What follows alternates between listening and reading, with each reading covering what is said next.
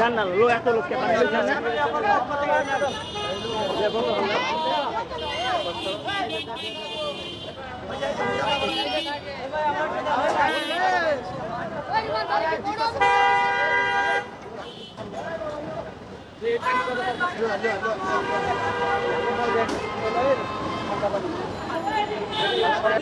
দর্শক, গরমের তাপটা অনেক বেশি, সাধারণ মানুষের জনজীবন বিপন্ন।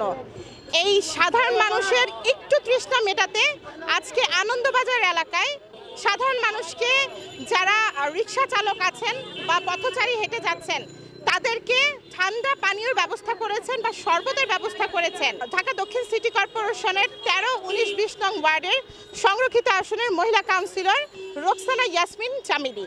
আমরা আপনাদের এখানে দেখাতে পাচ্ছি তিনি কিন্তু নিজের হাতে এই শরবত বিতরণ করছেন।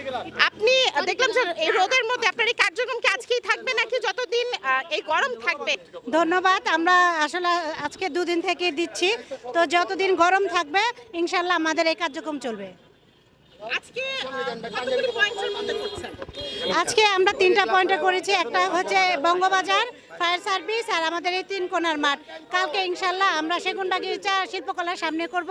আজকে আমরা 500 পানির বোতল এবং 1 পাতিল, দেখতে পাচ্ছেন বড় পাতিলের 1 পাতিল শরবত দিয়েছি। আমাকে সহযোগিতা করেছেন ছাত্রলীগ, যুবলীগ, স্বেচ্ছাসেবক লীগ, আওয়ামী লীগ, আমাদের নারী সংগঠন, আমাদের এলাকার জনগণ সবাই মিলে আমাকে সহযোগিতা করছে। আসলে আমার মূল শক্তি হচ্ছে এই যে পাশে দেখতে পাচ্ছেন আমার এই ছেলেরা, এই মেয়েরা, ওরাই আমাকে শক্তি যোগায়। ওদের উৎসাহ উদ্দীপনা নিয়ে আমি কাজ করি। আর আমি সবসময় চিন্তা করি যে মানুষ সেবা হচ্ছে বড় সেবা, এর উপরে কোনো ধর্ম নাই। তো আমরা তো খেয়ে পরে মোটামুটি ভালো আছি।